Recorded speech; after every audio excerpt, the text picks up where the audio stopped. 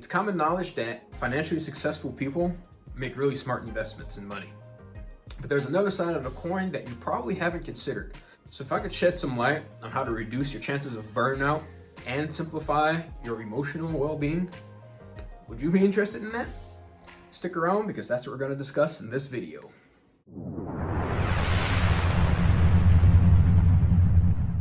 Hey guys, and welcome back to Victory with Sheldon and Leah. As you can see, Sheldon has joined us today. Hooray! You guys have been stuck with me for the last 2 weeks, but he has finally come back. So we're gonna have fun today. Stuck with her. Uh-huh. So today we're going to be talking about emotional intelligence. It'll be emotional intelligence and what to do with that emotional intelligence. Very practical. Very practical. So how would you define emotional intelligence? So emotional intelligence is how we spend our emotions, whether we spend it well or spend it bad. We only have so many emotional points, I guess. We'll call them victory points because it's Victory with Sheldon and Leah. We have so many victory points that we can spend each day. And if you choose to spend them on things that don't really matter, you're just gonna feel exhausted mentally and get nothing out of it. Neat. And what's important about this is that wise emotional investments are critical, absolutely critical to success. Most people, when they think of investments, right, they're thinking in terms of dollars, stocks, day trading, that kind of a thing, your 401k, Roth IRAs, etc., etc. But what happens is it becomes very easy to overlook emotional investments. So to kind of paint the picture for you for, good emotional investments, right? Let's say you wake up Saturday morning, right? The night before you went out to your favorite restaurant, got your favorite, plate to eat, etc., etc. Really good night. Maybe you went home and you watched your favorite movie or something. Took a couple Sweet Dreams gummies. You fell asleep. And then you wake up to like the smell of bacon. It's Saturday morning, right? The birds are chirping outside. It's the first day of spring or something goofy like that. Picture that as kind of whatever your little happy place is, right? When you first wake up, picture that as 10 out of 10. Your portfolio is as full as it's going to get that day. We'll name a unit here for you guys. We'll call it victories. All right, that's your unit of emotional investment. Right, yeah. So your total emotional capital that you're going to get for that day, that's as high as it's going to be. You're well rested. It's a good day. Boom. It's the start of the day. What happens is things. Yeah, you wake up, it's a great day, you pull out your phone, you start scrolling through Facebook and you start seeing all kinds of hoopla going on and you start getting frustrated and all of a sudden you've already spent 100 of your victory points and you only got 400 left. Yeah, so 10 out of 10, we do not recommend Facebook first thing in the morning. Even if you've kind of fine-tuned your news feed, it's probably good to stay away. There's a lot of pages that I liked that I'm going to have to unfollow because they just kind of present problems but never really talk about solutions, right? So 10 out of 10 don't recommend going straight to Facebook, right? But Facebook starts, maintenance problems in the house or something, just things that you, beyond your control, whether you woke up with 500 victory points or not, they're going to happen anyways. And no matter how many you invest, you're never going to get a return on that investment. Nothing's ever going to change, right? Politics, we could get into all that stuff. Politics, your cousin from 30 years ago that you haven't talked to, who's for some reason friends with you on Facebook, and you disagree on it, almost everything feasible, right? And it's like, why are you following that person in the first place? You know who it is. You know who I'm talking about. You have those people, right? And they're in your newsfeed. All right, why? Why do you exist in my newsfeed? So what happens is you're presented with a choice at this point, right? Stephen Covey, 7 Habits of Highly Effective People, he talks about being,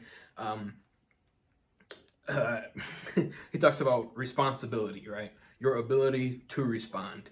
So think about this quote. This isn't original to me either. So think about this quote. Life is 10% what happens to you and 90% how you respond. Wow. It's deep, right?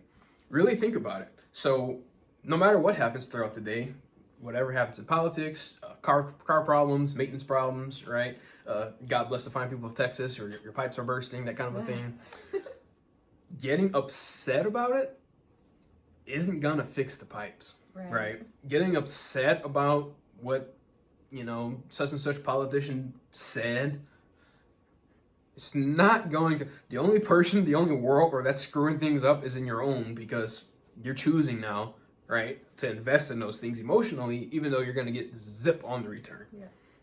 You wouldn't do that with your money in some, rundown, backroom shady business, right?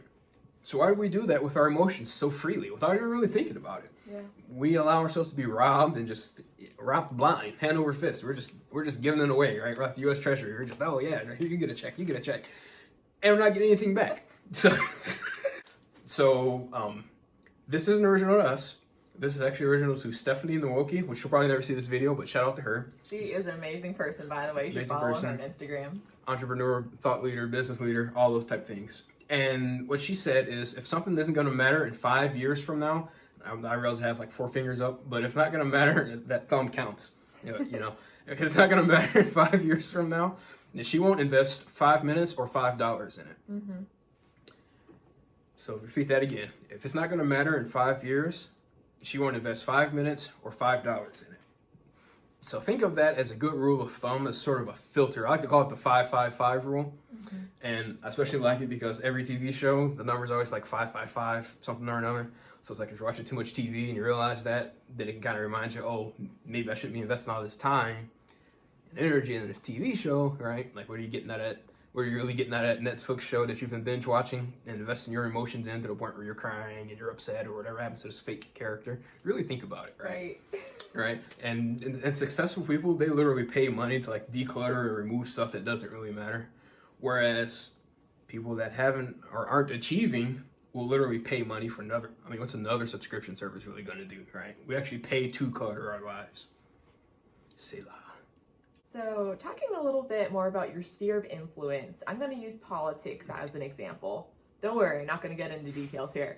But whatever happens politically, if you just dwell on it and you're just spending all your emotions thinking about it, that's not really going to accomplish anything. If you're so worried about what's going on in DC and you don't even have your house in order, if you don't have your family in order, what are you doing?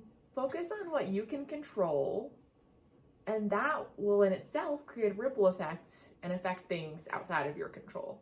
So focus on your sphere of influence. Focus on what's going to help accomplish your goals that you can control. See what happens. Yeah, just simple. Choose to invest there. And I think Jesus Christ summed it up perfectly, right? He said, how many of you guys through worry can add 1 inch to your stature? Yeah. Right? You can worry about it, stay up all night, pace the floor. End of the day, you're not getting any return on that. So in conclusion, pick your battles emotionally. Yeah. Choose to invest those victories. That's what we're calling it. So yeah, kind of, I like that, victories. So pick and choose how you're going to invest those victories in the things that are going to give you a return. Yeah. And you're going to find out that you won't feel burnt out because you're actually getting something back from those things, right? It might be time with your spouse. It might be, going out for a round of golf or whatever your favorite sport is for a little while or something. Those things are fun because it resets you, it recharges you, and you get a return on an emotional investment, as opposed to me being angry that I'm only 6 feet tall and I want to be 6'4". Not going to do anything for me, right? Thank you guys for watching this video with us today. We are so glad that Sheldon was able to join us. If you found value in this video, be sure to like it and comment below what you think would be a great place to start spending your victories on, your emotional victories on today. Subscribe to our channel so you can continue to grow along with us as we continue through this journey.